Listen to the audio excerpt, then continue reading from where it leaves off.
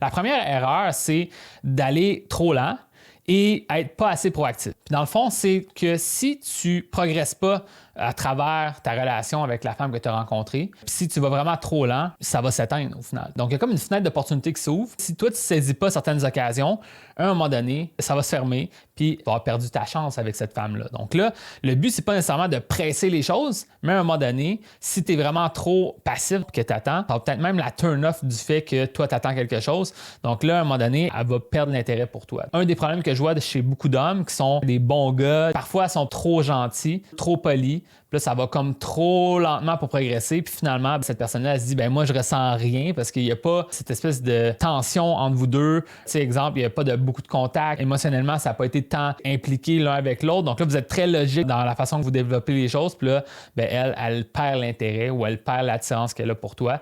Donc, c'est une des erreurs que je vois souvent, c'est de vraiment aller trop lentement ou être pas assez proactif, c'est à peu près la même chose.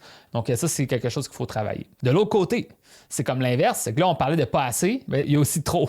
Donc là, il faut être au juste milieu. C'est ça le défi du monde des rencontres. Si on est trop, c'est d'être trop investi dans ce projet-là. Donc là, dans le fond, trop en faire, trop envoyer de textos, trop vouloir de l'attention de l'autre, trop vouloir que ça fonctionne, trop excuser tout ce que l'autre personne fait. Donc, dans le fond, la personne elle peut faire ce qu'elle veut, puis ça peut briser la relation. Puis aussi, le fait de trop donner de pouvoir à l'autre personne, ça te montre comme quelqu'un de désespéré. Donc, la personne, des fois, ça l'insécurise. Elle va se dire, ben, je suis pas sûr que je joue cette personne-là, et peut-être pas à la hauteur du genre de personne que je vais rencontrer finalement, etc. Donc, le fait d'être trop investi, de trop vouloir, de trop être après l'autre personne, ben, l'autre personne, parfois, prend un recul, elle dit, ben là, je vois que tu es énormément comme investi, intéressé, mais moi, de mon côté, j'ai pas les papillons. Ça, ce que ça veut dire, c'est à certains moments, ça va être de voir comment tu pourrais prendre un recul sur ça pour aller moins vite, puis parce que peut-être qu'elle pourrait finalement développer quelque chose. Puis une des choses que je vois parfois, c'est les hommes vont être très logiques, donc ils assument qu'ils vont pouvoir se revoir, ils assument le prochain rendez-vous, ils assument plein de choses, puis des fois, une femme, ça va comme l'insécuriser parce qu'elle se dit, ben moi,